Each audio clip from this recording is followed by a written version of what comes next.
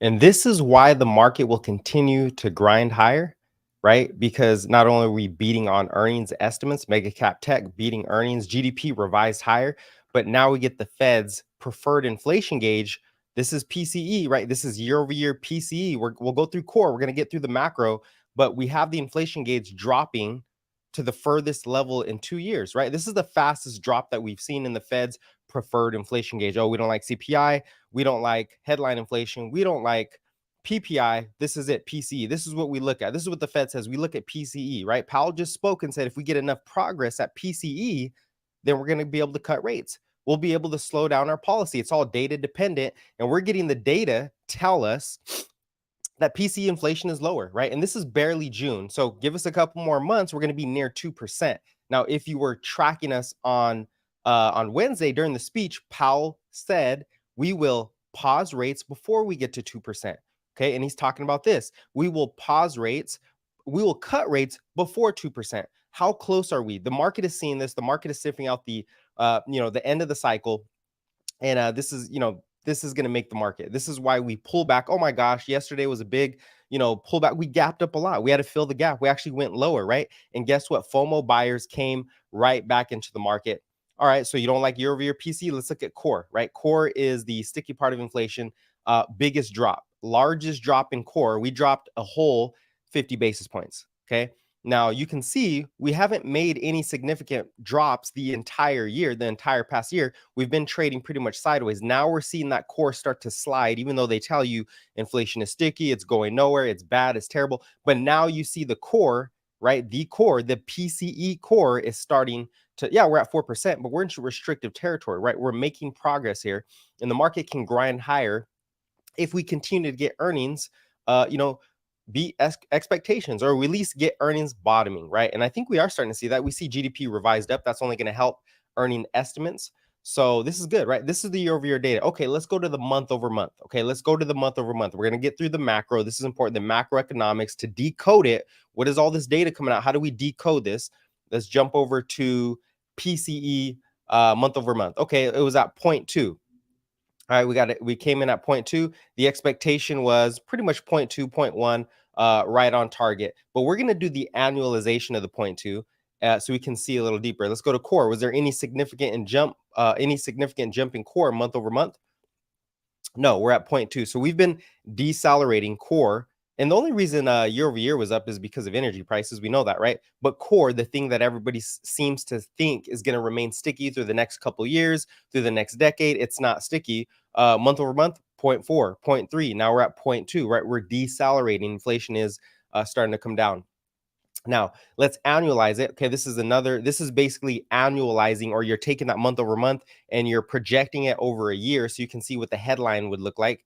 And I don't know if you guys can see that, but if we do the PCE month over month data, forget the year over year, we know that's dropping quick, right? Let's look at the month over month data. If we annualize it every 3 months, so we take the last 3 months and when you annualize it, it's at 2.5%. We're at the Fed's target. Okay, if we take and you don't really know which ones are which, but they're all collapsing. You see they're all collapsing. Now you take the last 6 months. Some people do this. Let's look at the last year. It's a past year, right? 3 months is the last quarter, 6 months is the past year. Okay, I'm sorry, the last half. So if we take the last half of the year, we annualize it, we're at 3.3 month over month. Okay, how about PCE core? So the Fed's preferred inflation gauge, but let's focus on core. If we annualize that 3 months or the last quarter, it's at 3.4. Okay, making progress. 6 months, we're at 4.1. So point being, inflation is making progress. It continues to decelerate, and the market has fuel. The economics are coming together, right? The macro is coming together. Now let's jump over to the consumer, right? And we're going to have this in the macro report. If you're not subscribed, subscribe. Link in the bio, link in the description, where I will decode. I decode every week, and I decode all the macro data of the week and put together with charts, what everybody else is saying in the market, and give you some feedback. So go check that out. Make sure you check your email for the confirmation, right? Core. All right, so let's go to personal spending. What are the consumer looking like? The consumer is still spending. And we did see in GDP is revised up. If you checked out a stream yesterday, GDP is revising higher month over month. We're getting more revisions up. It was at 1.4 expected, came in at 2%. And that was last month. This month it was coming in, it was expected to be at 1.8, came in at 2.4. So GDP estimates also revising up, which indicates inflation down, growth up. Okay, growth is starting to bottom out while inflation continues to make progress to the downside. And we'll talk about the whole oil prices going higher, maybe keeping inflation a little stickier for a couple months. We'll talk about that. We'll get there. All right. So personal income still pretty sticky. Okay. If you annualize it, incomes they're coming in. There's no significant drop. We know growth is good, right? That's pretty positive. Now, the employment cost index is pretty much wage inflation. The market definitely doesn't want to see this go up because it would take margin away from companies, from earnings, because it's how much you're paying each employee, right? In an index. Now, if we look at that, we're at 1. We're back at 1. We haven't seen these levels since 2021. And so this is also significant progress in July. 1% employment cost index, very positive for the market, better margins, right? You expect to see better margins on that front. All right, consumer, and this is important too, Michigan consumer sentiment. So what are consumers? Look at consumers, right? Consumer, and what does this even mean? This is consumer sentiment. It is rising. We're on the rise for consumer sentiment. There's a lot of positivity and consumers are more optimistic than they've been in a while, and so is the Fed. You heard Jerome Powell's speech on Wednesday. He was very optimistic about the economy. By the way, the base case is no recession now for the Fed. The base case is no recession. All right. Now, what this means is consumers view prospects of their own financial situation. So you're just taking consumers, what they think of their own situation financially, the future expectations, and the economy. And when you jumble all that together, you get an index. And it looks like in July, consumers are very optimistic, more than they've been in the past. Let's see, when's the last time? Yeah, that chart is starting to turn up, right? Consumer optimism is finally starting to bounce. It's starting to come up. Now, gasoline prices will, trickle up a little bit from the oil price at 78, 79. So that might, stall out a bit because people see those prices. But for the most part, the trend is definitely higher for confidence and lower for inflation, right? Michigan 5-year inflation expectations. So this is the next 5 years. It's at 3%. It's at 3%. Okay, we'll keep our eye on that. That's below the Fed's target though. The Fed funds rate. So we're in extreme restrictive territory. The Fed has inflation right where he wants it, right? Powell has inflation exactly where he wants it, which is in restrictive territory. They're at 5.5, 5.25 to 5.5, and inflation is at 3%, 3-4%. All right. So how about the next year? 3.4%. Expectations at 3.4%. And a lot of these swings are coming from gas prices, from energy prices. So, shelter is going to come down and core will continue to collapse. All right. Now let's look at some of the macro we're seeing some of the global breadth that we've also picked up on. Global breadth, as in how are other economies doing? India is a very important economy. You see the bank loan growth spiking, right? India, I don't want to just say spiking, but they are printing. Their economy will expand, right? Deposit growth, same thing. Yearly high on deposit growth. Oh, come on. There we go. Deposit growth up. So India is expanding, right? They're pumping. I just call it liquidity. They're increasing their loan growth in their economy. Money supply for India. Let's look at the money supply. It's still pretty elevated, right? From a year ago, they're increasing their money supply, and so is ours. Our money supply also ticked up. All the charts. If you missed it, if you're if you don't understand the data, all the charts will be in the macro report. It's free. Link in the description in the bio. Okay. So, now how about who else did we had? We had India. I guess that's it. China came out with a couple things. The JOB is a little bit in trouble. Japan, they're going to implement more yield curve control. We know China is starting to print. So those are the expectations. Now, how did the market respond? Let's look at bond yields, right? This is the bond market. How is the bond market responding after you get a very hot GDP number? So this green bar, this is GDP. This is how the bond market responded to GDP. Let's circle that. Let's get some. So this was the GDP numbers yesterday. The bond market went up. Okay, so it was like, oh my gosh, the market is going to tighten conditions because GDP revised up. It's a good thing for the economy, but financial conditions tightened a little bit. While we meet that with the lower PCE, the biggest drop in 2 years, right, month over month, annualized, or the biggest drop in 2 years, year over year, bond market comes right back down. So what we're witnessing here is that, the bond market probably has peaked. This is the 2-year yield. If we go to the 10-year, pretty much the same thing, right? The 10-year made a big move up. It is climbing higher in the short term, but we'll definitely keep our eye on that. I think the oil price just needs to slow down, come down, and that's really the last thing in our way is the price of oil is just spiking. Okay, let's jump over the price of oil. It's at 79. It's been here for this entire week. This is the daily. No, it's been here for a couple days, right? It's been at 79. We should be good. We should be okay. The expectations for inflation should stay where they are and maybe stall a little bit, maybe stay neutral and roll over eventually, as long as oil stays below this level, this 83.50. If we get above that, then you have some higher inflation expectations. The market will likely pull back.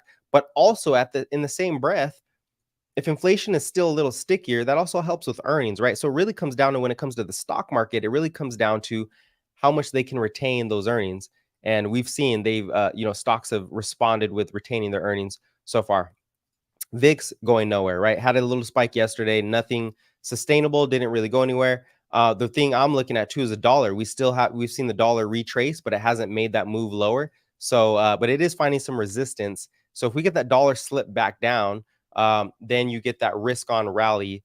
You get the risk on rally. The last time the dollar declined like this, we did have a nice little risk on rally. So just keep that in mind. If we get rejected by this 101, once we finally get that confirmation to the downside, then we should be positive. We should be looking at a more optimistic outlook for risk. And right now, risk is up. We're seeing risk up. Matter of fact, let's look at risk. What are we looking at here? S&P, right? Big pullback yesterday, right? Big pullback yesterday. By the way, charts on YouTube if you're on TikTok. So we had that big pullback yesterday. We gapped right back up. Now we might still roll over, but there are buyers stepping in. There are buyers after that type of pullback. You get the buyer step right back in. Actually, let me move this chart over. And I'll stay here. So you get the buyer stepping right back in. How about the Qs, right? The Qs have been bottoming out for a while. You see the Qs bounced. They're still at the trend. Qs are still holding that trend. We've seen this trend hold, right? It started here, held back in late July or mid-July, and then now we're holding the trend here also. So we're holding the trend still for the Qs. The Qs were up a lot today. Today we have Qs trying to get back to the highs. IWM is flirting with the highs. Advanced decline was up a lot. So after that report, we had a lot of stocks advancing versus declining. Dow is still pushing up. The Dow has been leading. I think it's on like a 14-day leading winning streak. Now, does that continue? We'll see. I think today will mark a little longer of that winning streak. Okay, so we got the Dow there. We do have market breadth, all right? So that's the Qs. Now, moving over to the equal weight for S&P.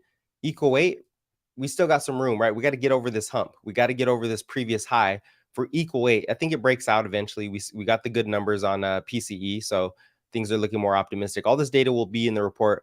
Next week, we'll have more economic data. We'll check how the market responds, the bond market, the equity market, right? The crypto market still stalling right now. Crypto's still waiting to make that next move. But Bitcoin's been pretty resilient, right? Bitcoin's been holding these levels. Yes, it has dropped a bit. Yeah, Bitcoin has dropped under that 30K level, but it's right on trend. So this is kind of make it or break it for Bitcoin. We're at the trend, right? We got support on this 200 daily moving average. We found support again, pretty much above it at the next level. So we're looking like, hey, this is the zone right here between 25K, 28K, 27K.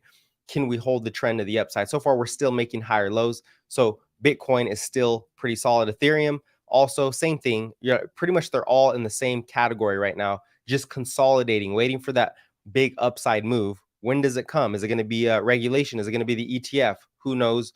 We'll find out later. All right. Now, sectors. What sectors are outperforming? Maybe not today, but on the weekly basis. No, actually, let's look at today. What are the sectors moving up? We'll run through this really quick so we can see what exactly where's the risk headed into. Okay, this is industrials. We're still at the highs for industrials, bidding up there. This is healthcare, right? Healthcare made a big move.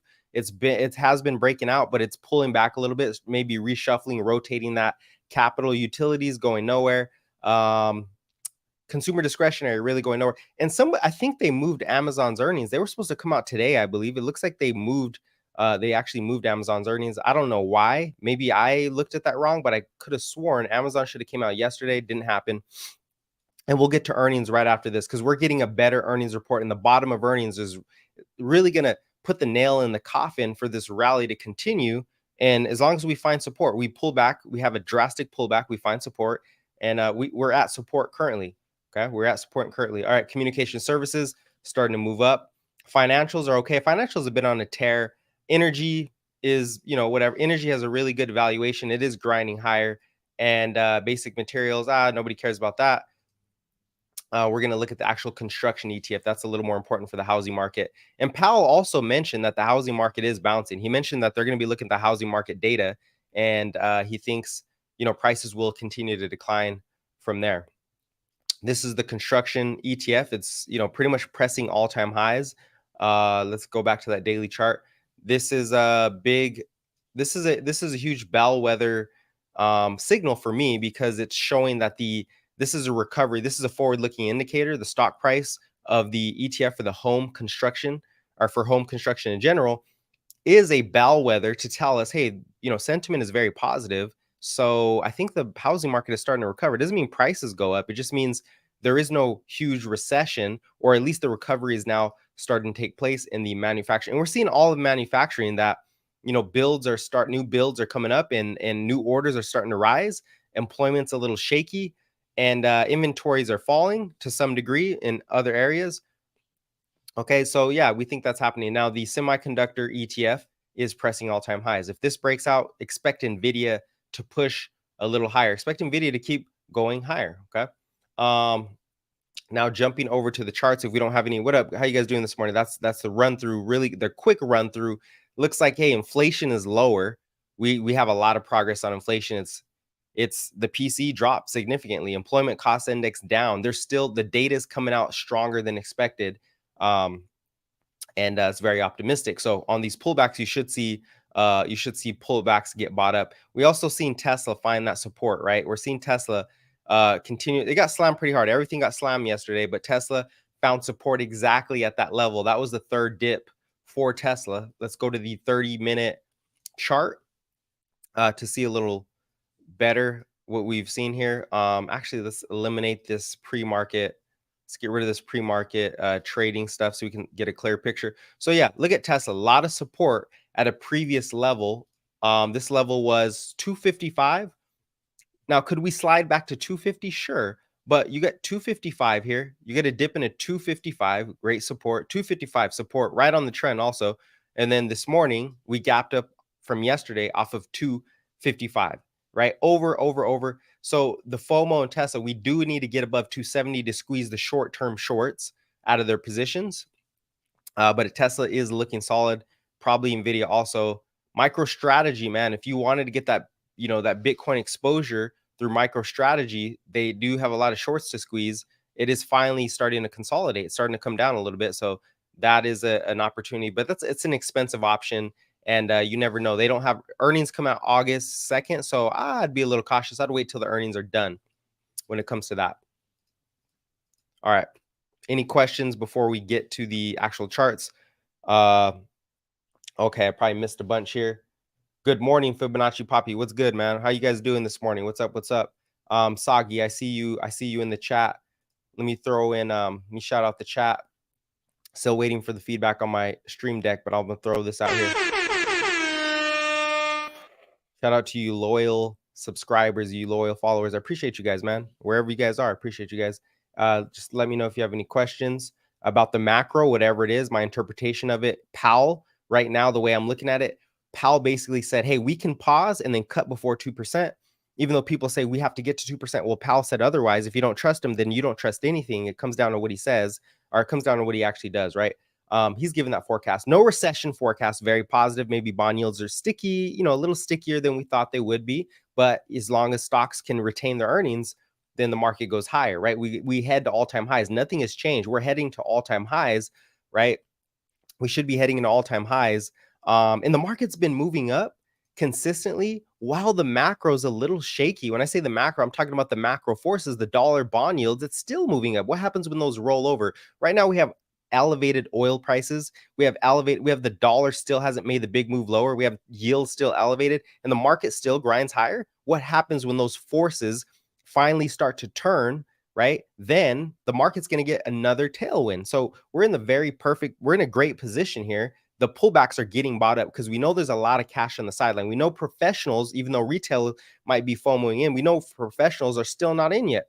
They're still overweight cash. They're still underweight equities. They're definitely underweight crypto. So we have a window here for the next secular cycle. The business cycle is starting to turn. We're seeing that, and the market is looking very far ahead as always. And it's going to take a black swan to slow us down, right? It's going to take maybe oil to break above 83.50 to slow this rally down because it would elevate inflation expectations. All right, but so far Nasdaq is definitely grinding higher. Slime Z, good morning. Good morning, all you guys. Fibonacci, Dimaj, good morning. All right, so let's throw this out here. All right, do you think learning futures is a good idea? Do I think yeah, I think you can always add it to your toolbox. I'd say futures, it depends on if you're trading, how you're looking at futures. If you're trading the futures, the VWAP for the futures is going to be a little different. If you're trading, futures can help the timing of your trade for sure. Because they kind of lead, it's like the future, /ES. The ES is going to lead the SPY a little bit. So it depends what you're trading. So futures for trades, it can definitely supplement your trading or your outlook. On a macro scale, futures don't make that big of a difference. It's more of your timing intraday or, seeing if there's a real trend. Like I like to use VWAP if I'm trading. Sometimes the price won't come into VWAP on the S&P 500 on the SPY ETF, but it is bouncing on the futures ETF. So I say, hey, you know what? I don't need to wait for it to come down because I'm seeing more support on the futures. So yes, futures can help you. It can supplement your trading for sure. It's just, is it worth your time? Personal income down, but spending up, not good. Yes, and I also saw that the savings rate, which we need to look at actually. Let's look at the savings rate. I believe I saw the savings rate actually ticked lower. Where's that savings rate at? Personal savings. Oh no, it didn't tick low. April, May. Well, this is May. Maybe the data isn't out yet. I'm not sure if this data did come out yet. Personal savings still up. I thought I saw something that showed personal savings did come down. So yeah, correct. And we're kind of looking at micro data also. So yes, you are correct. Personal income down a little bit month over month, and spending up, not good. If it becomes a trend, I would say it's a little noisy because we're looking month to month, right? But if it does become a trend where we start to see 2 or 3 months of income falling, coming down, and then we see that spending coming up, then yes. But it could be balanced too, right? The income is where I'm more worried about than the spending. The spending, they can slow down spending, increase spending, but the incomes need to stay steady for this market or for the economy to remain steady. But this is month over month. Like I said, it's a little, we're still holding higher than we did in the past. So I think we're in still pretty good shape here. But definitely, yeah, you're right. That's a signal to pay attention to. And I think, again, when it comes to the stock market, if we're looking at the stock market, the stock market is still more concerned about margins, about earnings than any month over month data from the economy. Unless it's very, negative, unless it's the highlight of the economy, I'd say we focus more on, we want to focus more on payrolls. We want to, when it comes to the consumers, on payrolls and retail sales versus income and savings and spending, personal spending on a month over month basis. Okay. So yes, take it into context. Let's add that context to our view. If we see this trend continue, then we add that on our radar. But I think it's just, a little noisy. Let's see the income. This is incomes. Where's spending at? If we go to spending, right, still it's just noisy. It goes up and down, right? It's been up. It was up in January, down, up, down, up, down. So I think it's just noisy, just, rocking back and forth. But if we do see that trend start to diverge, then we'll keep track on that. What's your opinion on in phase? It dropped after earnings. It was too good not to buy. I don't really have a big, honestly, opinion on in phase. ENPH. I don't have a large. I think it is scaring people, but ENPH usually, maybe I don't know. I'd have to see the earnings report, to be honest with you. But this is probably gonna be you probably got to hold this, like have some strong hands for the next 6 months, because I don't know, definitely not a trade, because in phase is a wild name, right? This is a wild name, but it's still on trend. I believe it's still holding the trend. Maybe it broke the trend. It looks like it could have broke the trend, the long-term trend. Let's go to the weekly chart. Let's look at the RSI really quick. Usually this dips in. So it looks like what's in phase at? In phase is at the 200 moving average, 147. All right. So let's look at that weekly. We're at 147. It's here at the 200 weekly moving average. So it is at the bottom of the trend. A lot more upside for in phase. I just don't know what the earnings are, the fundamentals. I'd have to do a little bit of research, see why did they sell off so hard? Was it lack of government spend? Something happening in their operations, their margins dropped? Not sure. So I'd have to read a little deeper into that report. I'm going to throw it up here though on the side just so I can see really quick if there's anything flashing for in phase.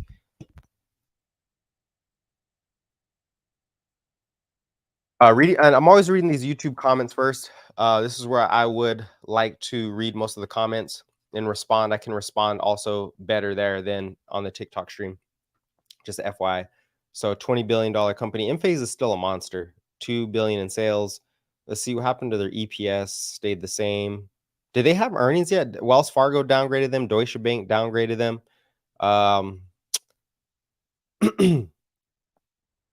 Their PE, forward PE looks straight. Debt to leverage ratios kind of shaky. Current ratio, they do have, they have a lot of assets. Okay, per liability. Not bad. Yeah, who knows? I don't know what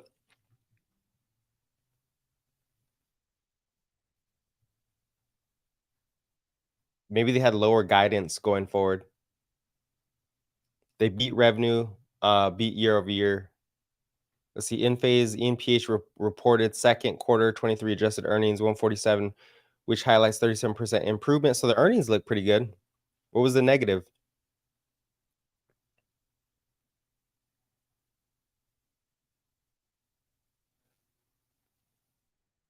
It's probably the guidance.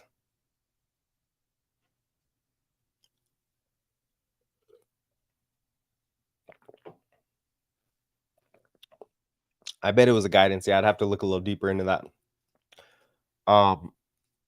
Okay, so as far as earnings, really quick for the overall market, what did we see in earnings?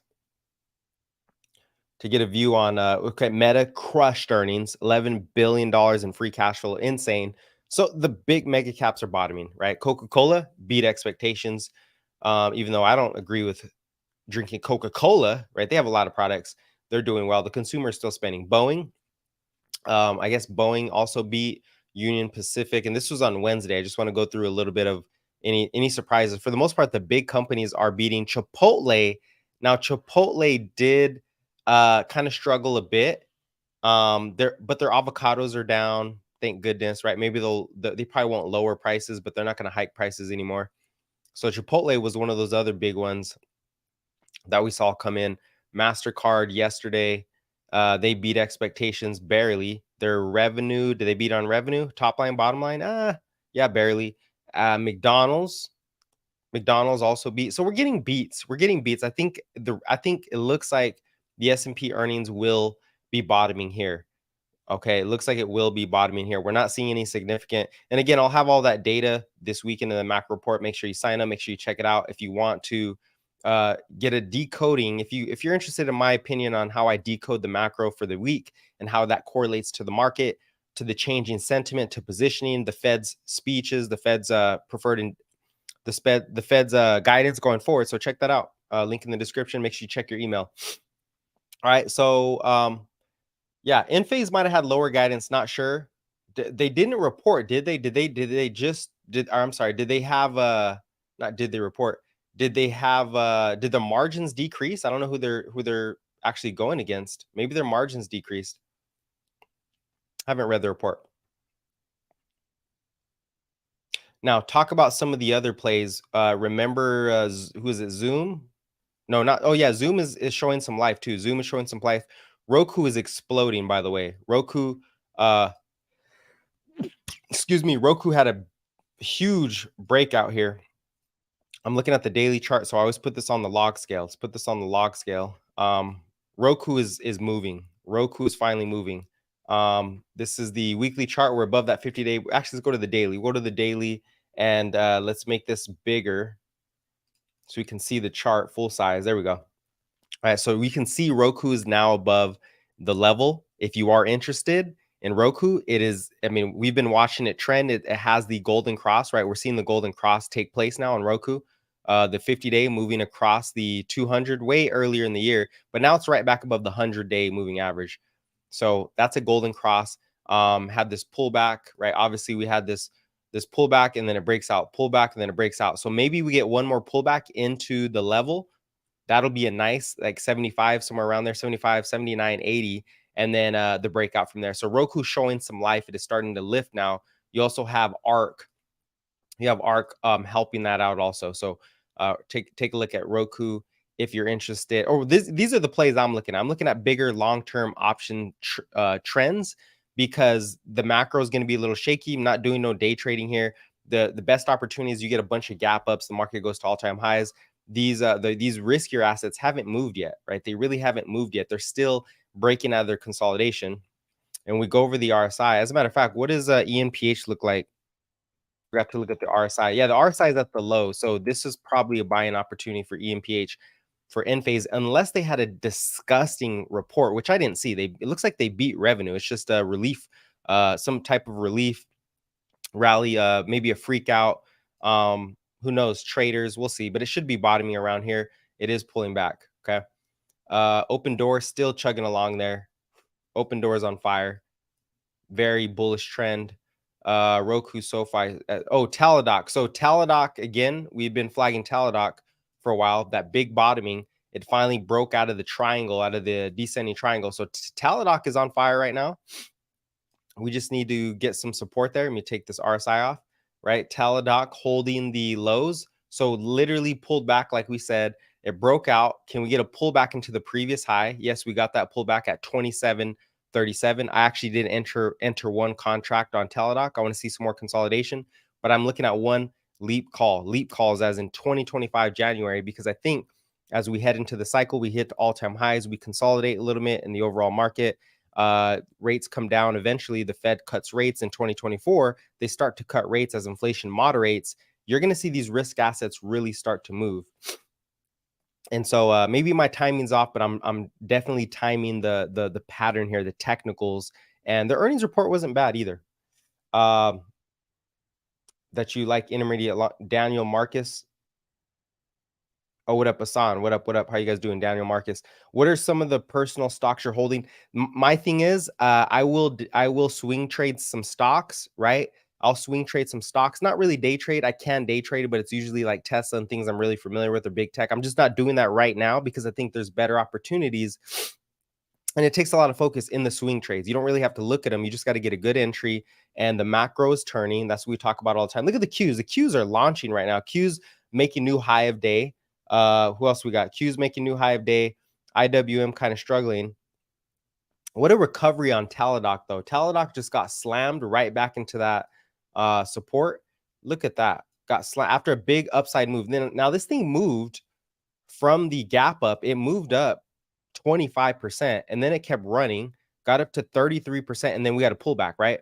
So I'm looking for these buyers to step back in, and we did get support at the previous high. So this is good, right? You get support at the previous high, and that's why I'm interested in Teladoc. Not only that, the options chain is really solid for Teladoc. So looking for support here for Teladoc. The options chain is, I don't want to say solid, but that gamma, you don't see this type of gamma on a long swing. So this has a lot of gamma in it. And the theta is very low also. You have very low theta. So the options decay is non-existent. I'm being a little exaggerative, but there's not a whole lot of options decay here. Also Zoom, we've been long Zoom. So I'm just telling you what I'm long as far as options, but I'm looking 2025 or even 6 months out for these plays. It's easier. Look, day trading, you're going to get torn up. If you're not a day trader, you're going to get torn up. It's hard. It is tough. It's not easy to day trade. People make it sound easy. They don't talk about their losses much, but you'll get torn up day trading. So this is much easier. You just got to be very patient, and you got to be confident that the market is turning in your favor. And that's why I release the macro report every week, and we talk on here in the stream every week because we're tracking those indicators. And we're in phase 2. We're in wave 2 FOMO still. I think we're in wave 2 FOMO. We're headed for all-time highs this year. A lot of cash on the sideline. So I expect these names to just burst out just based on the macro turn, right? Also, they have some fundamentals behind them. So Zoom is pressing that level again. We're long Zoom. We've been long Zoom for a while. It does have, this is a 4-hour chart. Let's dip over the 1 day. We get the moving averages, right? It's above all the moving averages finally. And we get the golden cross on the 50 crossing above that 100. So Zoom is looking solid there. And right now, that's what I'm interested in. Now, when you talk about holds, Mr. Daniel Marcus, I'm holding crypto. That's the easiest trade. That's like an options trade with no theta. Bitcoin, Ethereum. I'm very big on Chainlink, and eventually we're gonna have a podcast on Chainlink about Chainlink. But Chainlink for sure is one of those big bets that I'm betting on. CCIP. The way you can think of it is the whole internet is based on a protocol called TCIP. Right? TCIP is the internet protocol that it runs on, and that's for the Internet of Information. But the financial institutions or the financial sector, the banking and finance, how could I put this, system is not connected, right? We don't have DeFi connecting with itself for decentralized finance, Web3. They're not connected, and neither are the Swift and all these other messaging systems. They're unable to connect. That's what Fed now is trying to do. That's what the central bank digital currencies are trying to do, connect. So Chainlink enables that connection with CCIP, and if you get a global connection, you're looking at hundreds of trillions of dollars a year. And if it can scrape a little bit of the transactions, man, that's a lot of revenue going forward. So we're very bullish on Chainlink. That's one aspect to Chainlink. But if you're asking me personally, yeah, Palantir, Tesla, Chainlink, Ethereum, Bitcoin, pretty simple. I have some blog posts on it also. All right, so let me see if we don't. Rivian, any thoughts? Oh, that's right, Rivian was breaking out of a channel. Oh, no, Rivian had a nice little breakout. I don't like this price action on Rivian. It does look like a breakout, but it's like I really don't like the price action. It's bearish divergence. You see the RSI is coming down. So the RSI is weakening, the buying power is weakening for Rivian, although the price is going higher. So that's bearish divergence in my opinion. I think it's going to break down possibly. And I don't know how good how good the story is, the catalyst. I really don't know. I'm more focused on Tesla and what they're doing because I think they have the best catalyst going forward. But Rivian could probably break down, and then there could be an opportunity there. But I don't like this pattern. It just hasn't broken out. It should have broke out here.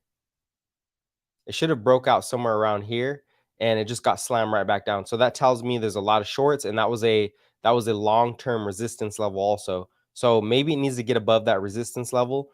But the pattern just isn't that strong. If it was more like this, right? If it was shuffling down and tightening up, that would be perfect. That would be the nice wedge pattern, right? You get that nice wedge where price comes down and you get the wedge, but we're not seeing that, right? It's going up. So maybe it does still break out. I just don't like that price action for Rivian, personally, right? And always make sure you're looking at the overall market. Look at the Qs right back up. The Qs right back up to the highs. So I've neglected the TikTok a little bit. Oh, we got some we might have some inflationists. We got JB Blaze. Jump on the YouTube and then tell me what you think. J Blaze, do you have any content, anything to, because I always say, hey, if anybody wants to challenge the views and the macro, go ahead. But so far, people have been saying the market's going lower, it's going to tank. We're near all-time highs. It's not happening. We're going to grind. We could pull back and consolidate, which we are doing. But it's very clear to me that all-time highs are not crazy. I mean, how far are we from all-time highs right now on the Nasdaq, right? As earnings improve, you're seeing all mega cap is beating expectations. We're 5-6% on the Qs, 5-6% on the Qs. So all-time highs, yeah. What are people smoking right now? Like I'm confused. Since January, right? Let's go to January. Since January, the Qs are up 40%. We're 6% away from the highs, but it's crazy to think you're going to hit all-time highs in the next 6 months. What is your catalyst? The Fed is getting softer, more optimistic, no recession, inflation is going lower. What exactly is going to happen? A big banking crisis? Well, guess what? Last time it happened, the Fed stepped in, bank term funding program, right? Emergency lending liquidity right into the market. So there's not like what you have to make the best. I think the best argument for the market to crash, to actually crash, like really crash, is that oil breaks out. Where's that going to come from? Manufacturing is weak. The consumer is actually weakening, right? It's just not, they're not collapsing, but they are weakening still. You know, they're not spending on goods, mostly services holding this economy up. So I don't see inflation really breaking out anywhere. We're seeing progress on inflation. The Fed is basically paused. They're near pause. They, 2 months. By the way, the Fed doesn't come back until September. So we got 2 months of data to focus on here. The housing market is starting to recover. So where is the crash, right? Where is the crash? I don't see it. Test DNA mobile. Now it is accumulation time. Possibly. It is possibly accumulation time. Best investment is to not invest till we know for a fact that Biden isn't going to get another 4 years. Well, that's a very uninformed way to look at it. If you want to buy at the top, if you want to buy at the tops, then yeah, you can take that position. But the truth is, Bidenomics have been holding the economy from falling apart. That is the truth, right? That is the truth. Whether you like him or the White House or not, take your politics out of it. We've just printed so much stimulus into the market with the Fed hiking rates, which is why they've been holding rates higher, because that's supporting jobs. That's giving growth. We're building manufacturing plants. We're onshoring out of China onto the US manufacturing. And that's been keeping this economy afloat, is the damn fiscal policy, right? That's what's been keeping us afloat. So who cares what you think about a president or a politician when it comes to the market? If you're talking politics, great. But if you're talking about the market, I don't think people understand what they're talking about.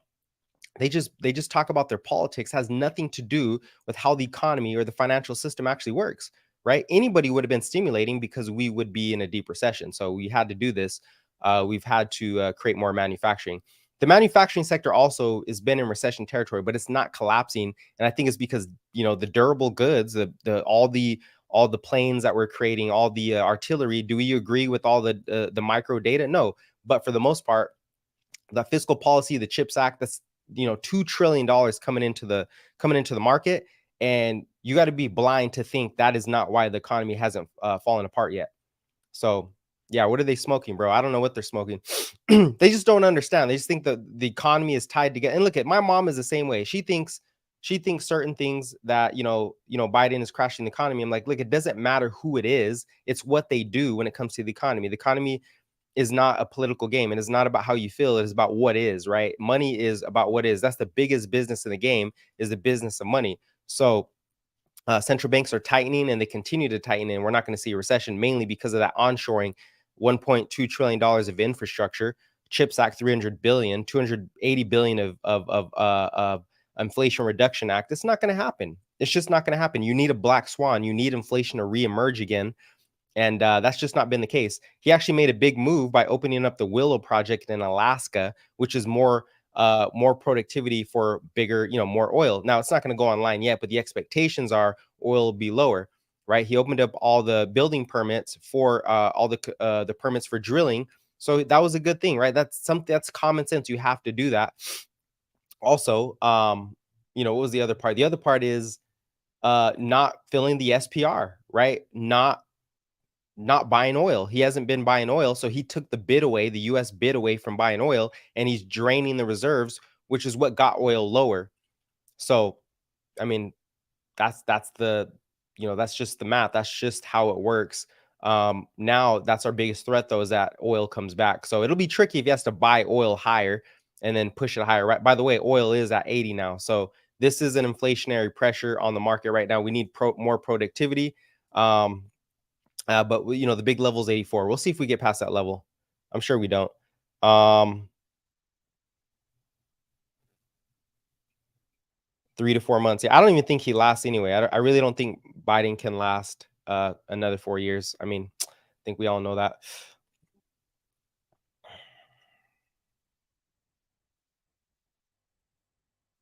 Good morning. Good morning. Good morning. Hope everybody's doing well, doing good today. All right, yeah, let's get into the market internals now. We got the bond yields coming down. See what the price action is looking like. So I have up here, who am I looking like? Oh yeah, I've been scoping out I've been scoping out Teladoc here. Got up to 30, came back down to 27, bounced right on that area. So, pretty good there. Let me remove this. So I'm looking at Teladoc, and this is, I'm pretty sure if I go to the 1 hour chart, you have a nice little wedge forming here, right? And they're still negative. They're not positive cash flow yet. So if this thing can just run, and then turn a profit, it's going to explode in the future. And we're talking 6, 12 months out. Same thing with Zoom, except for Zoom, I think is actually profitable. Yeah, so nice little hammer there for Teladoc. We'll evaluate the overall market. Let's go to the 4 hour chart. Let's look at SPY really quick. Let's see how the market is responding. Very beautiful price action there. Daily chart. Go to that daily chart. Okay, so here's the SPY. SPY still at the trend, right? This was the first FOMO, by the way. No, it was down here. This gap up back in the past was the wave one FOMO. And everybody thought, oh, we're going to get slammed. We come up to 431, boom, explode, come back down, support 431, go up again, form a nice wedge. Look at this wedge. We formed a wedge, broke out of that wedge. This is wave two FOMO. I think we keep it up, and wave two leads us all the way to all-time highs. That's how I'm looking at it right now. All-time highs are going to be up here at 479. We're not that far from all-time highs on the S&P 500, especially if earnings, this is the bottom of earnings. So we're holding these two trends. It looks like this is the trend we're going to be holding for a while. So the S&P is pretty strong. Now, if we dive a little deeper into the and let's remove the pre-market.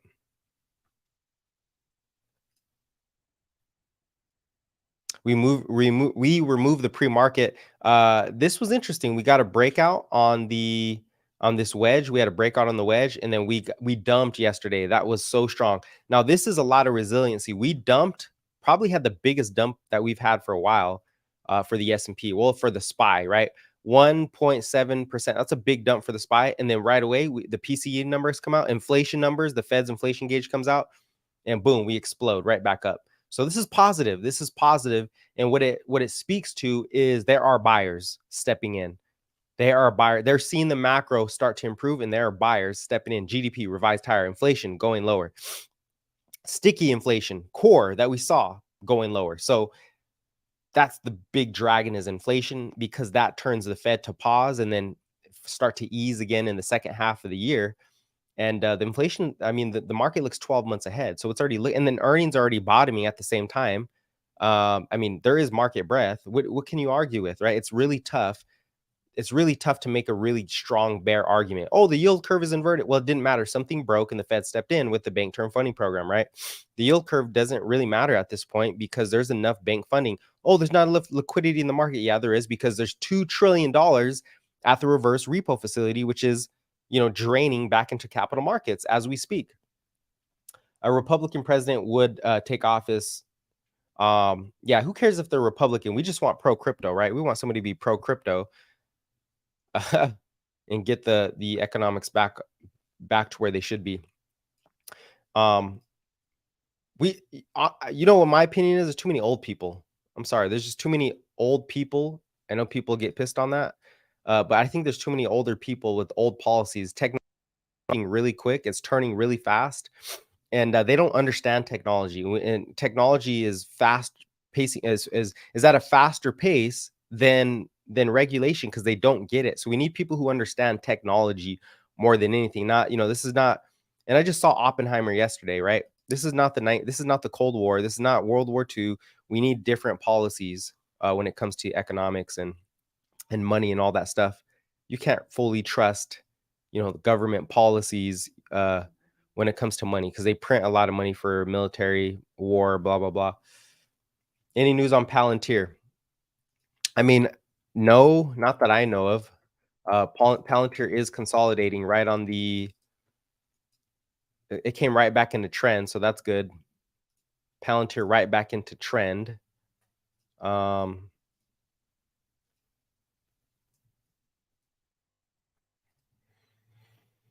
I mean, Palantir is really you know what? Dan Ives increased his price target to 25. Dan Ives, if you're familiar with him, he does a lot of the big tech. He increased his price target for Palantir to 25, basically citing that they are the best position for the AI race. And I agree with them. Palantir has a lot of that's one of those stocks I don't even have to look at. I know it's going higher. And it's probably the most misunderstood. It's hard to understand AI. So Palantir, I think, is poised to run to $100 billion market cap. When? I don't know. I mean, I think you need more easing policy for that to really make a big move. You need the policy to shift, but that's definitely something that can happen. And we have earnings coming up in Palantir pretty soon. They're already positive. They weren't expected to be positive till 2024, 2025. They're already positive in their earnings. So Palantir much higher from here in the long term.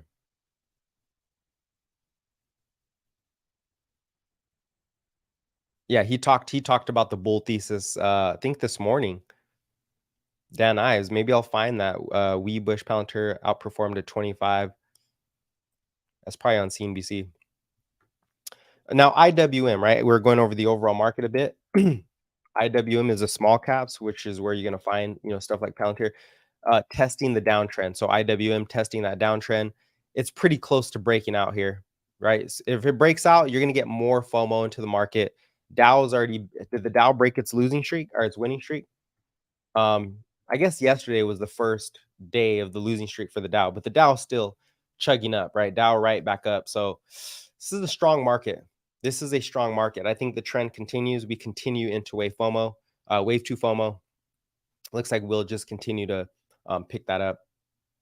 All right, let's go to Tesla, the big monster Tesla. Let me take a little drink of water here.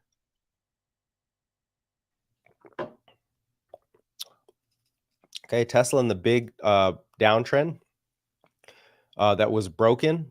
So FYI, this is a very monstrous pattern here. Ooh, right, this is a flag pattern. This is a big flag pattern. And when these things break, I mean, you usually retest the highs within the next 6 months pretty quickly. So I think that's where Tesla's headed to go retest the highs. As long as the overall market keeps moving higher and when the reason I say the overall market, because the overall market moving higher is literally a bellwether. It's a reflection that the future expectations of the economy are going to improve, right? And that we're done with the recession, or the headwinds are evaporating, like inflation, like a recession, they're evaporating. And you do have Fed support.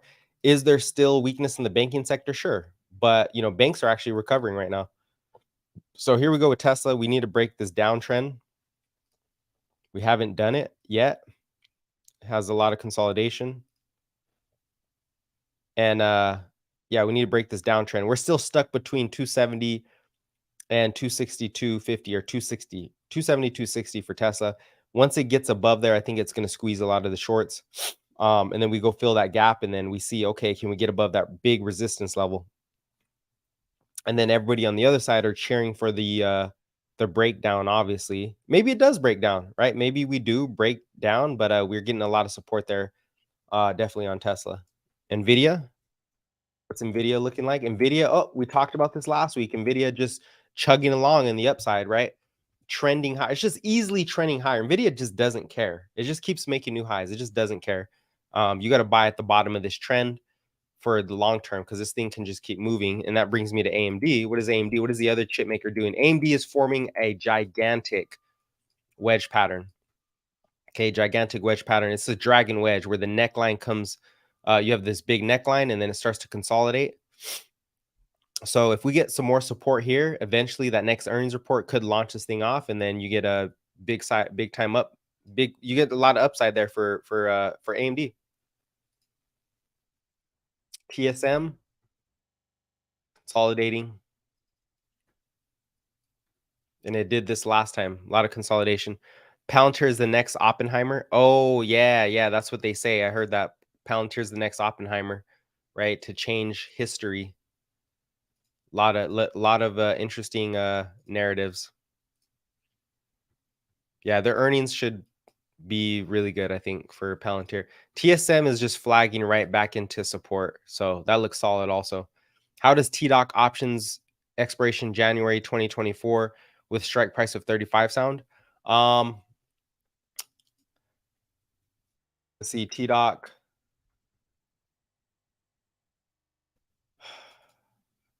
I mean, maybe. I think obviously I would go out a little further, but that's what, 6 months out? Yeah, 6 months out. As long as you know where your stop's at. I would make sure after we made this low today, 2720, Asan, 2720 was the low today, 27, yeah, 2720. Yeah, you could take that trade, and 2720 is your stop, right? So you're risking 4% on a longer dated option, right? Because the 2024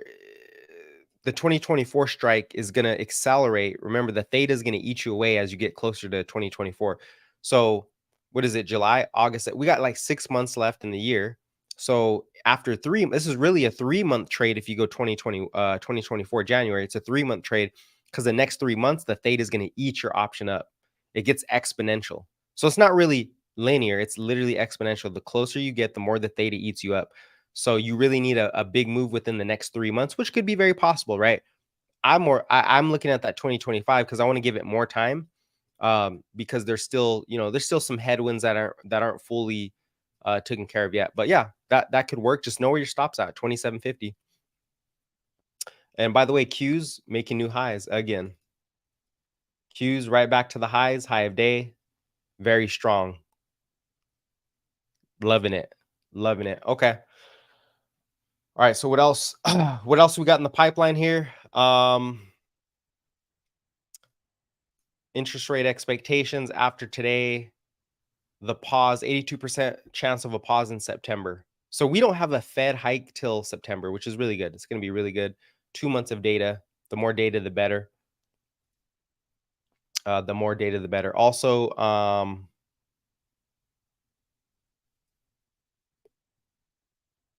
let me see, what else did we have? Oh yeah, I was looking at Tesla versus other cars. There's a couple tweets on Tesla versus GM and Ford as far as revenue, net, just some fundamentals here. Okay. So Tesla's revenue 25 billion, GM 44 billion, Ford 44 billion. So GM and Ford have more revenue than Tesla, right? But that's top line growth. But if you look at the bottom line, Tesla has more literally net income, right? Bottom line growth than GM and Ford. So what does that tell you? They have way better margins. So even if Tesla margins aren't the best, they still have way better margins than everybody else.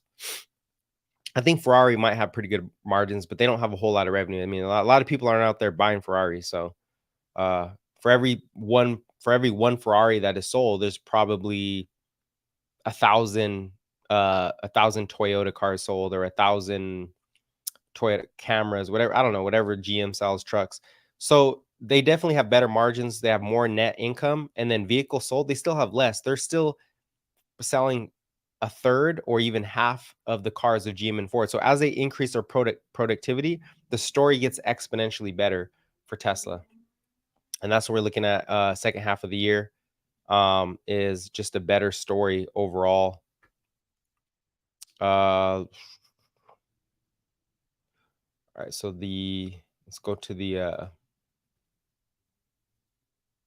take a look at CNBC. Maybe that story is on there. Possibly. If not, dang man, the market is just chugging along here. Let me change this chart really quick. Let's get back to the SPY. But yeah, hopefully that informed your decision. Not financial advice, but you know how it goes. All right, so SPY recovering from all those losses yesterday, trapped a lot of the bears. A lot of the bears got trapped. Here's where they got trapped too. They shorted. I guarantee you, the bears after that big. Well, here's the support right here. The support line is 453 from that previous day. Right. Let me switch over here so you can see this. You had that support at 453 for S&P. And the bears We got below that level with 2 rejections, right? There was literally 2 rejections here. 1, 2 got below that level. I guarantee you a lot of shorts jumped in here. Okay, this is the top. This is the top of the market, right? And then we gapped up and squeezed them. They covered. So this is probably a little squeeze here that we're seeing. It's probably a squeeze, but then you also have breakout traders jumping in and FOMO after that report. So we're just tracking the technicals and some of the sentiment. Now the Qs are already back to the highs from yesterday, right, where we sold off. Very strong price action. That is what you call strong price action. We build the base. We've been building this base for a while. Base, base, base, base. We gap up, and what did I say yesterday? We're going to go back to find support. We sold off. We did get below PDC, but we came right back into the 375 support. Found that, got that support, and then gapped up during the macro data. So we're right back at the highs. Do we break out today? I don't know. I'm not sure if we have enough catalyst to do that, but definitely we are looking strong. Let's see if something came in. Schumer touts good progress. Bill, blah, blah, blah.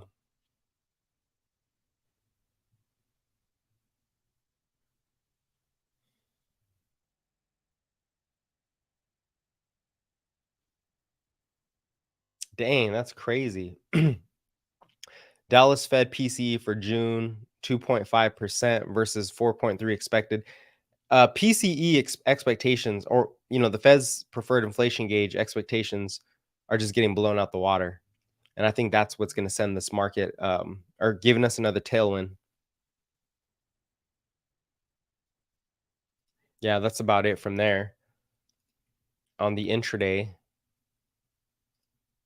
let's go to the intraday, see what we're seeing. Man, what a recovery! What a recovery! That's what I like to see. Very strong recovery on the SPYs, on the Qs. Rump. Oh, rump. You got to say rump. Good afternoon. What up, William? What up, William? All right, yeah, I'm gonna throw on the CNBC and see what the stories are. See if there's any bear stories. I did. I do have some stuff on the newsletter that'll come out though. That you'll get exclusively when you sign up. Now, the Bank of have to start yield curve control, because their interest rates are getting out of hand. They just saw the highest inflation for 82 years, or not 82 years, since 1982.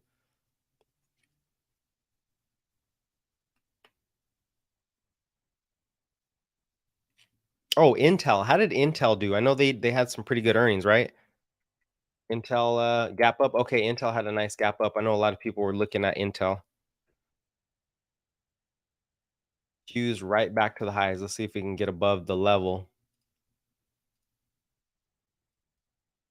So that's your resistance right there for the Qs, already headed for all-time highs. I think all-time highs are like 4 something. So we got 20 points till we get there.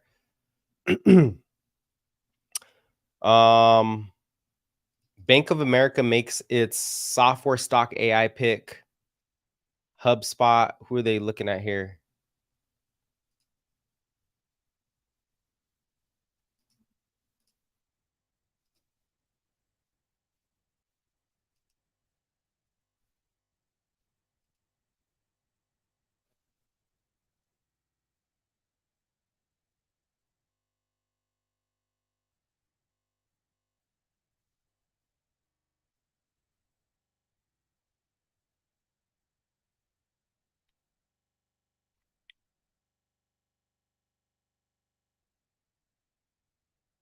And then we'll take a look at crypto world.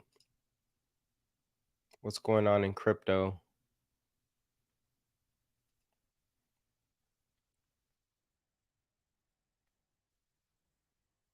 The Inflation Reduction Act in focused. Oh, you know what? See, that should have helped ENPH. So I'm wondering what's going on there.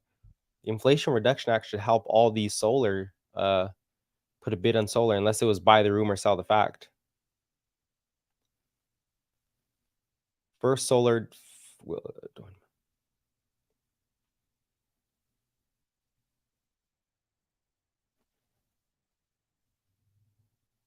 Yeah, people are blown away by this mega cap tech rally. EPS beat 81% earnings at halfway point. So 250 so far. The S&P has reported half of the S&P is reported. 81%. This is big. This is huge. Let me see if I can pause it on here. 81% of so far out of half the companies, 81% are beating EPS estimates. That's a bottoming of earnings. The average beat is 6.4%. Revenue is 64% beat on revenue. So revenue is a little lower because we know, like, obviously the economy is slowing, but the EPS, or the ability to retain those earnings and retain margins, are bottoming. So that's really positive. I need to bring this over here. There we go. Just trying to look at some of the news coming in. What else do we got on the news front? The big news really today, or this week, is that GDP is, the economy is starting to grow past expectations. Remember, it is still lower, but it's growing past expectations. And that's a bottoming of the recession, right? The recession is starting to bottom out. Wow, why do they got two here? The recession is definitely starting to bottom out. And then at the same time, the inflation expectations came in much lower than expected, which is really good. So the macro is turning. That's why I think Qs are right back to the highs from yesterday after the GDP print. You just fleshed out a lot of weak hands. You fleshed out a lot of the shorts. Dang, Teladoc looks really good though. Just flagged above VWAP, broke out of that flag. Tesla's still grinding higher in between that into that phase. Zoom looks solid. I like Zoom. I think Zoom's gonna have a nice move. They have strong fundamentals behind them. Vic spike. Oh, PSNY. Any thoughts? Roku explode. Yeah, Roku's exploding. Roku's absolutely exploding. We'll take a look at Roku intraday. Roku explodes. Roku's a nice trade too. If you ever trade Roku, Roku definitely. Well, that's it's my style of trading. The way that Roku moves. Maybe not today. This is some FOMO buying here. Right, this is some FOMO buying. So maybe the pull back into VWAP. You want to see that pull into VWAP. See, what did Roku do? A lot of price increases on Roku.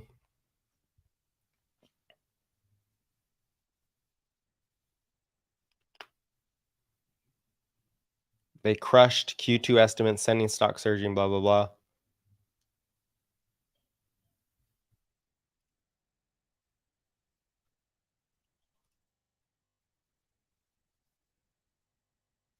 I do like Roku too. That is something I'm looking at.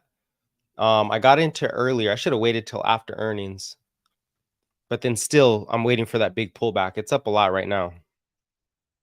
Let's see what's going on with the Roku. No PE, no debt, good leverage, very negative EPS last quarter. Oh my gosh, a lot of reiterates today. So you got Davidson buy, Evercore inline, JP Morgan overweight. JP Morgan is overweight Roku. Oppenheimer, how funny, huh? The name Oppenheimer. Outperform. Subsequahana, I don't know who that is. Positive. Webush outperform.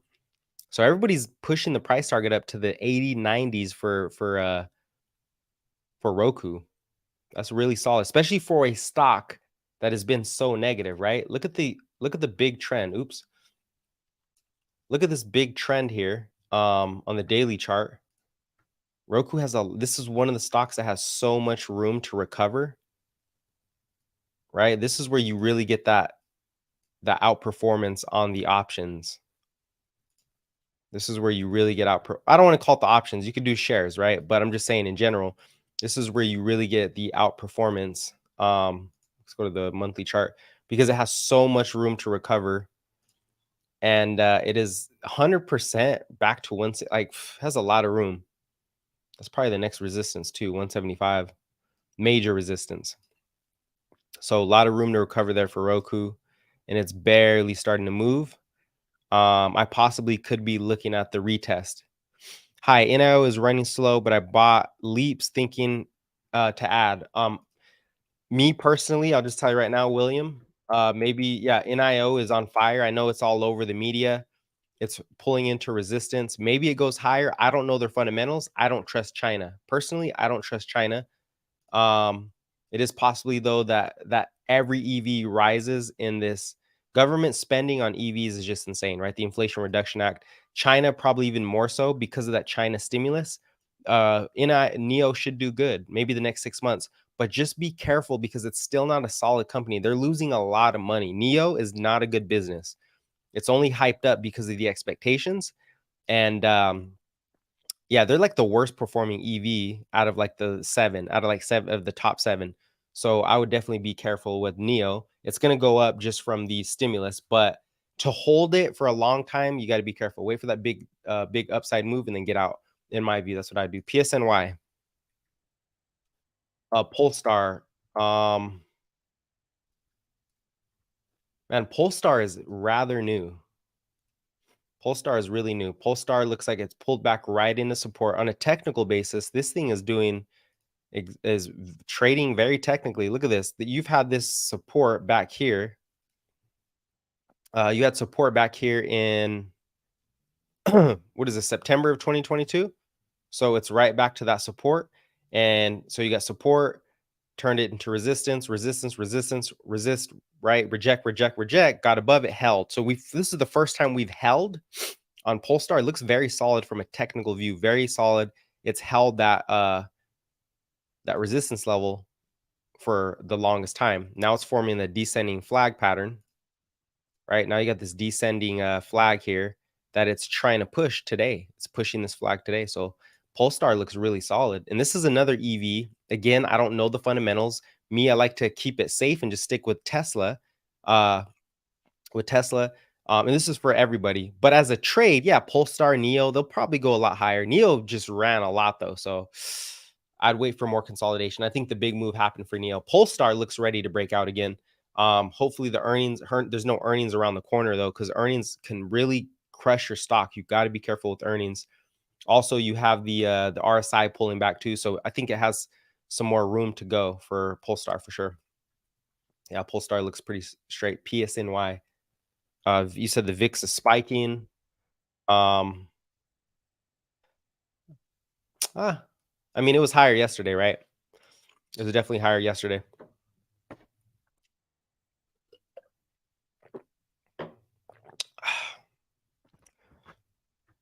All right, give me a second. I'm gonna use the little girl's room. But yeah, I'm gonna keep this on. I'm gonna jump back to QQQ. QQQ is about to break out of the technical of yesterday's high. So this breakout is gonna be huge if we do get it. Let's go to the 15 minutes so we can see the full chart here. All right, there you go. So there's the Qs, right? Getting ready to push again. While everybody doubts the Qs, everybody's doubting the Qs. No, they can't make it. The Qs are going to sell off. They're going to the lows. There was a rotation, but technology is still outperforming, on a year-over-year basis. All right, I'll be right back.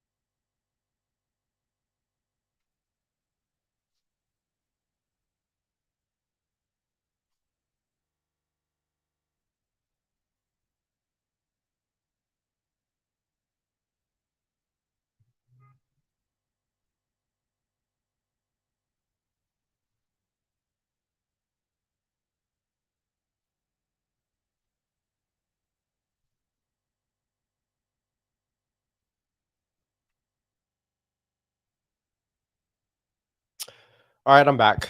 Hey, listen, if you are new to the stream, please go check out the newsletter. See if it helps your trade decisions or helps you to learn more about the market and the macroeconomics. I take all of the week's data, right? Monday, Tuesday, Wednesday, Thursday, Friday, and put that data into a report that you can read and say, oh, shoot. And you can look at all the previous reports also. There's technicals on there, fundamentals, obviously fundamentals. We're going to get this week's data for earnings, because earnings is the big catalyst. Let's keep it real here. We have huge catalysts for number one. Here's the biggest catalyst. Just go through this. The biggest catalyst for the market to continue to grind higher to all-time highs, because some of you are probably questioning, why is this guy talking about all-time highs? The market is oversold. Number one, GDP is starting to bottom out. And there's a bunch of indicators why it's going to be in the macro report. GDP is starting to bottom out. Number two, inflation is falling. Inflation continues to make progress lower, with the biggest risk being oil above 83.50. Number three, earnings are bottoming, right? This is an earnings recession, and it looks like earnings are starting to bottom. The bears, a lot of institutions are starting to revise up their S&P targets, and they're having to do it because it looks like the consumer's stronger than we thought. I think it's driven by liquidity issues being the liquidity issues from the banking sector were resolved by the Fed's liquidity program. Number two, fiscal policy, right? More White House stimulus into the market. So it looks very positive. The outlook is very, very positive. There's more tailwinds than there are headwinds at this time. And again, like I said, go check out the newsletter if you're new or not used to this. It's free. It's free newsletter. You just got to make sure you check your email. And because I know we got a lot of people who never check their email, so they never got it. So make sure you check your email for confirmation, so we know you're not a bot. All right. A lot of data this week. All right. So back to that report. And here we have about 15 more minutes. I do 90-minute streams. So throw your questions in now. We have 15 minutes to throw your questions in, your comments. Maybe you want to challenge me and say, what about this? Or what about this? Or what about this risk? And that's totally fine. I'll tell you what I think. Hi, what up? Who is that? I can't tell who you are. Arabic. That's all I could say is Arabic, man, because I don't have a name for you. But I appreciate you subscribing. I appreciate the love there. Shout out to you. Owanda will only let me trade Forex. What's the best broker for all stock, crypto, indices, and futures? Who is the best broker? I mean, I'll put it this way. You don't want to be trading crypto, Forex, and stocks all at the same time, and futures. You want to pick one. I'll just give you a quick, productivity hacker, so you don't waste your time. You can only be good at one. You can't be good at all these things. You're going to spread yourself thin unless you're experimenting. You want to pick stocks. Is it futures? Is it crypto? I don't like trading crypto. It's way too volatile unless you're swing trading it. But crypto is very tough to trade. I'm telling you right now, it's very tough to trade. Forex, I don't like Forex. I think Forex is trash. That's my opinion. Only some guys make money. A lot of guys who make money in Forex also are selling courses. They're not actually trading that really, really good. There's only 10% or 5% of traders actually make it consistently, guys. It's a hard thing. I've been doing it for a while, and I know what I'm good at and what I'm not good at, and it's tough. If I have to really get into trading, I wouldn't be making this content because it takes a lot of focus and energy and consistency, and it can be really emotionally demanding, right? Focus demanding. Swing trading is a little easier. I can actually go in real time. I'm showing my real-time trades. Every time I do trade, I do show that. And when I get back into day trading, I'll be on here doing it. I'll trade the S&P, but right now I'm taking some bigger swing trades with Tesla, with Zoom. I want to see how these play out. And I'm long crypto. Number three, I think stocks are the best. And who are you going to trade with? I don't know. If you're a beginner, then I would just learn. And you have Robinhood, free commission. And it's really easy entry. You have Webull. And I don't know if you're US based or which you're based, so it's going to depend on that. You have Robinhood, you have Webull, you have Thinkorswim is the platform I'm using. So if you check out the YouTube, I'm using Thinkorswim. I don't trade. I use the charts. I think they have the best charts, but you have Thinkorswim. There's a bunch of YouTube videos you can look at how to get in and out of your trades. A lot of stuff like that. I would learn the market first so you don't lose a whole lot of money, or at least you know how to think about it. It's really, the market is complicated. It is not easy whatsoever. Anybody who says I got the best indicator, I got the best this, they're bullcrap. They're selling you something.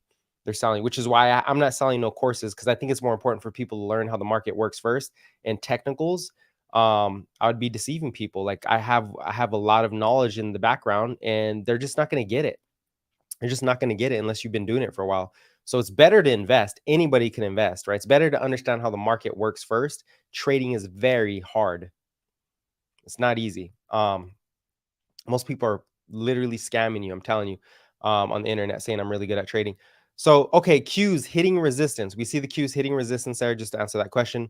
Oh, thanks for the stars. We got the Qs hitting resistance. So it is Friday. It is Friday. Usually Fridays are red, but we're getting a positive this time. Big gap up there. You can see that. Let's see what CNBC's. I think what we're going to do, I know we're on the charts, but I want to wrap up a little bit. not wrap up. Yeah, we have what, 10 minutes left? Throw your questions out if you have them. If not, what I'm going to do is I'm going to look for a story here and go through some of these stories. Actually, I need to get to the crypto news and talk a little bit about Chainlink, and if you guys are interested, Chainlink and oh, no way. This is a oh, I love it. Okay. Oh, this was last week. We talked about this last week, July 26th, the bottom of earnings, right? They're calling for the bottom of earnings. If that's it, the market's going all-time highs. If this is the bottom of the earnings recession, that is exactly what I'm trying to make clear here. This might be the bottom of the earnings recession. The jackpot is at 910 million. Don't do jackpot. Jackpot's gonna destroy you.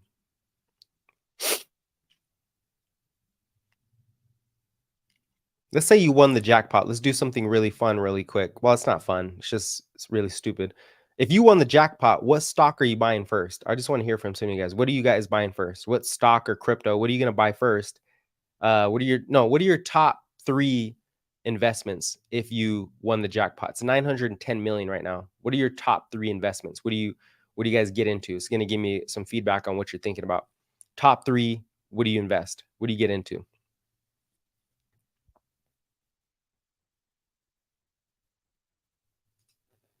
BTC? Okay, yep, BTC 100%. Half in Peter, half in Nvidia. Who's Peter? Half in Peter? Half in Nvidia?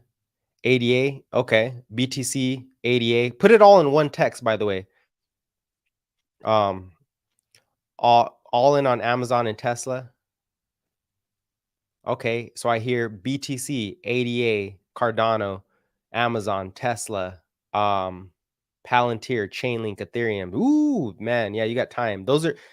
That might be the most explosive right there. Palantir, Chainlink. I know Cardano's up, but look, here's my view on the Cardano. Don't mean to crush you. And my brother comes on, he'll talk about it. I don't think Cardano can compete with Ethereum over time. So Cardano probably definitely goes higher in this next cycle.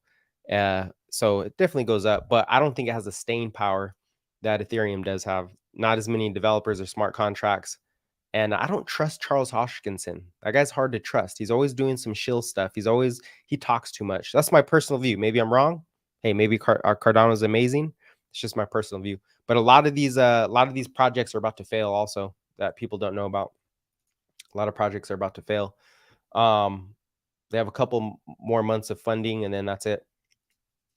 See crypto. Okay, let's check out crypto. What's going on with crypto? Amazon is solid. Tesla, obviously. Yeah, I'd probably say Tesla, Bitcoin, Ethereum. I mean, I'd definitely get some Chainlink. That's tough to decide on. Just to be safe, if I won that much money, I would definitely buy some Bitcoin though. Just because I would just lock it up. Just lock it up. Bitcoin has like the least amount of risks by far. And then I'd buy some Chainlink. I'm already long Ethereum, so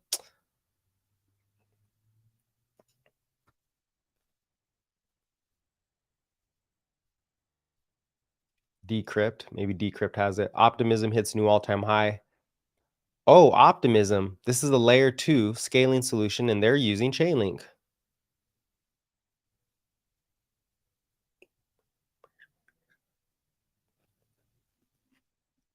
Grayscale argues SEC. Well, who cares about the argument? SEC should approve all Bitcoin ETFs at the same time. This is going to be a gigantic wave once they actually pass the ETF. It's going to be insane. Once it hits, it is going to be insane.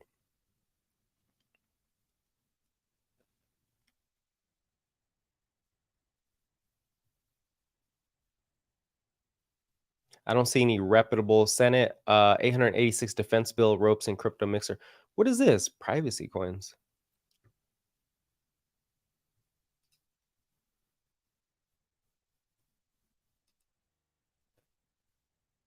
Oh my gosh, man, they have some crazy stuff with AI.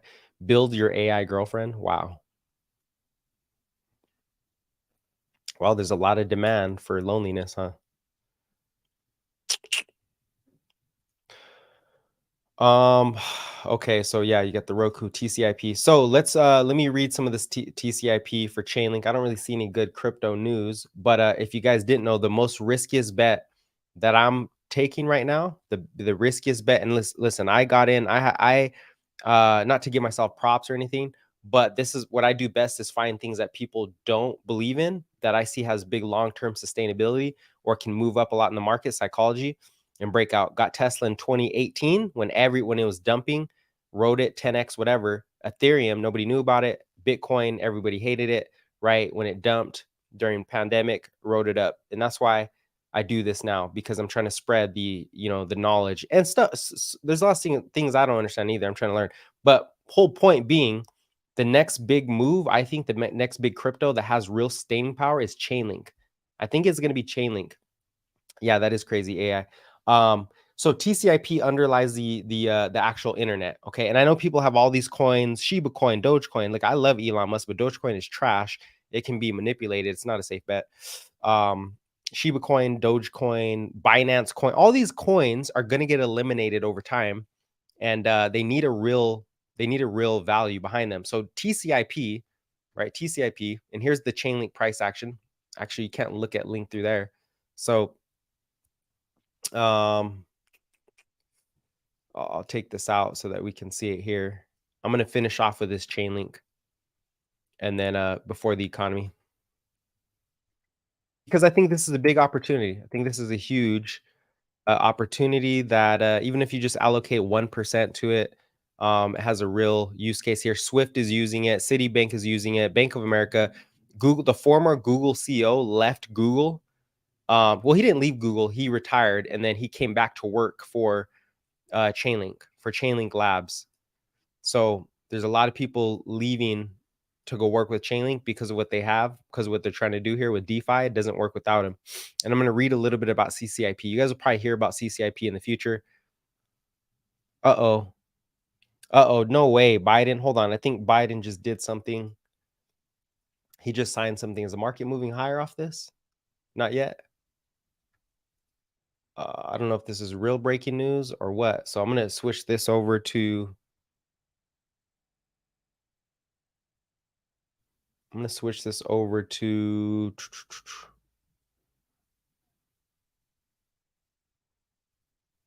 there we go. All right, I'm going to share the Chainlink price action, and then I want to hit this breaking news. I want to see if it's worth it. Are they just spamming me? This guy just trying to spam me, or is this real breaking news?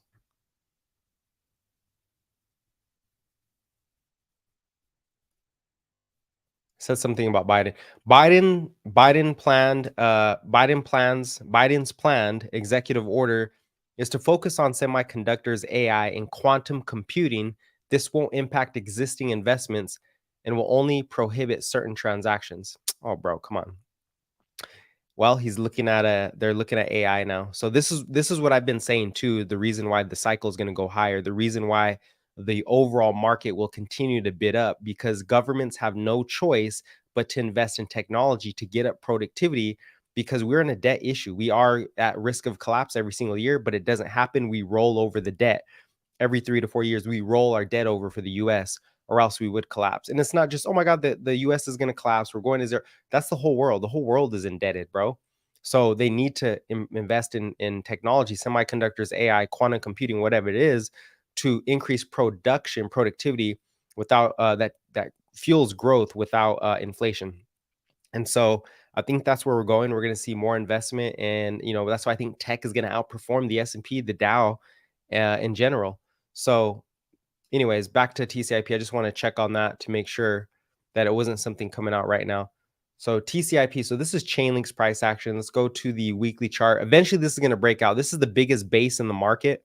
I think this is the biggest base in the crypto market right now. And when I say base on a technical basis, right, this thing has been basing out since May of 2022. That's a year and 3 months? June, July.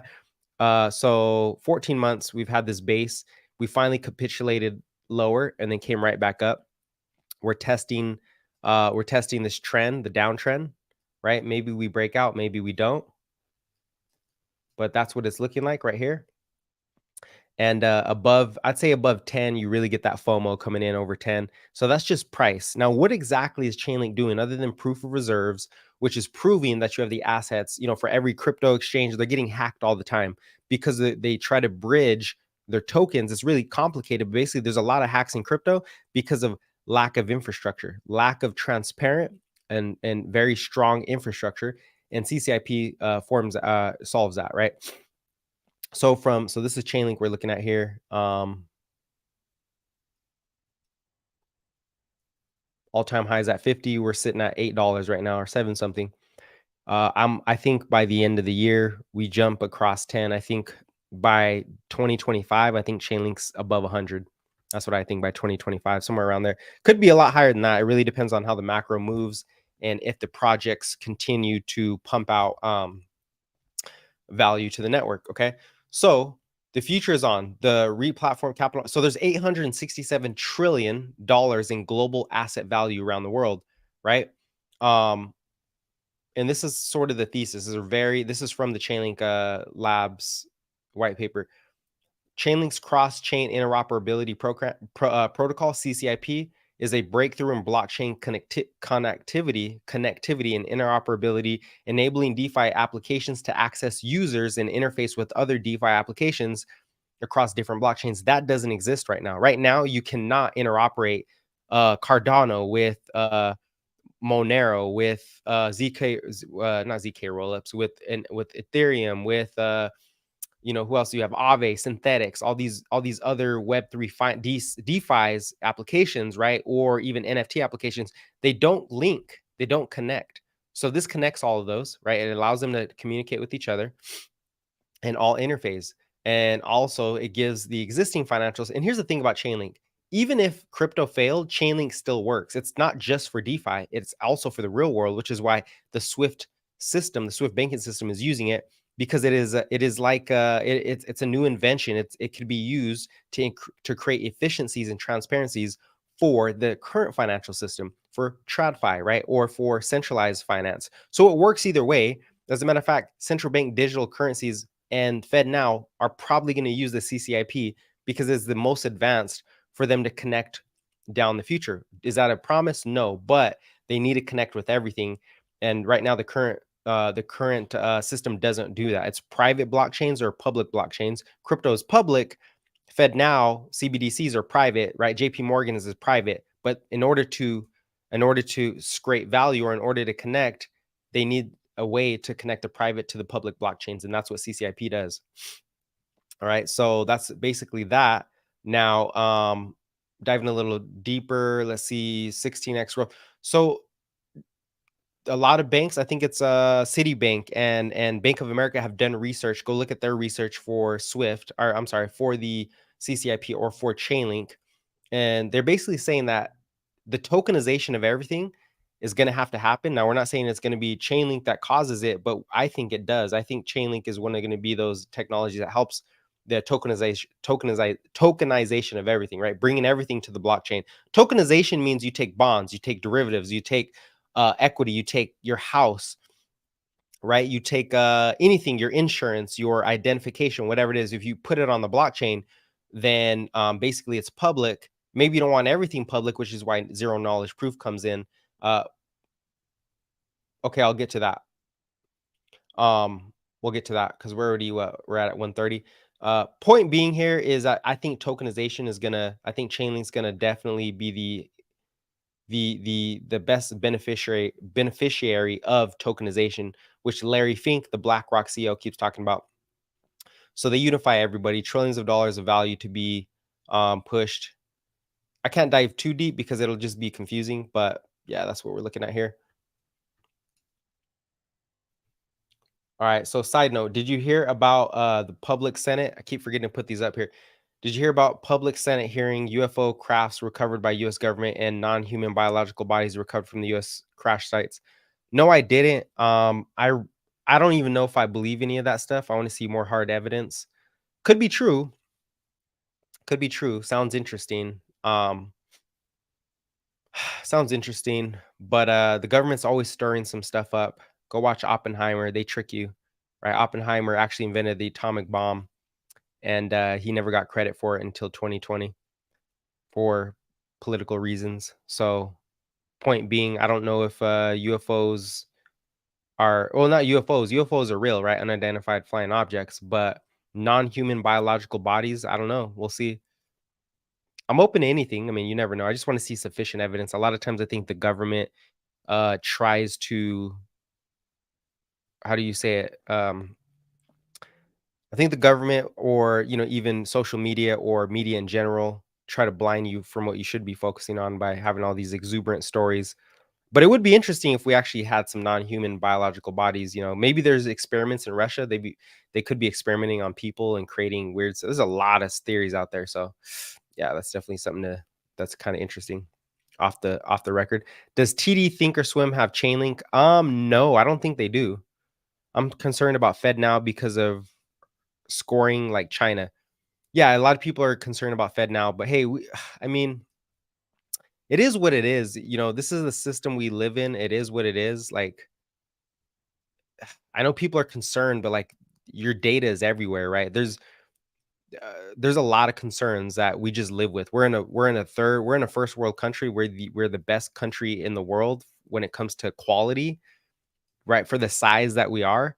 So these things are just going to happen. And there's just no perfect scenario, but I don't think Fed now is necessarily a bad thing. It could be bad, it could be good. That's how everything is. The internet could be bad, could be good. Um, does Chainlink have their own wallet? I think so. Isaiah, do they have their own wallet? I don't know if he's still on here. They might. So it could be bad, could be good. Fed now, CBDCs. We'll just have to wait and see, right? In 2001, after the September 11th attacks, everybody was surveilled through their communication services, AT&T, T-Mobile, whatever, and that was terrible. But we got through it, right? We got through it. We were okay.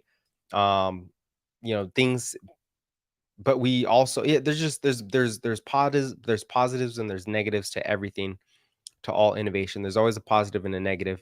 So I think we just need to know the risks and then choose how we're going to operate, or choose how we're going to, you want to have the best information, then choose how you're going to go about that.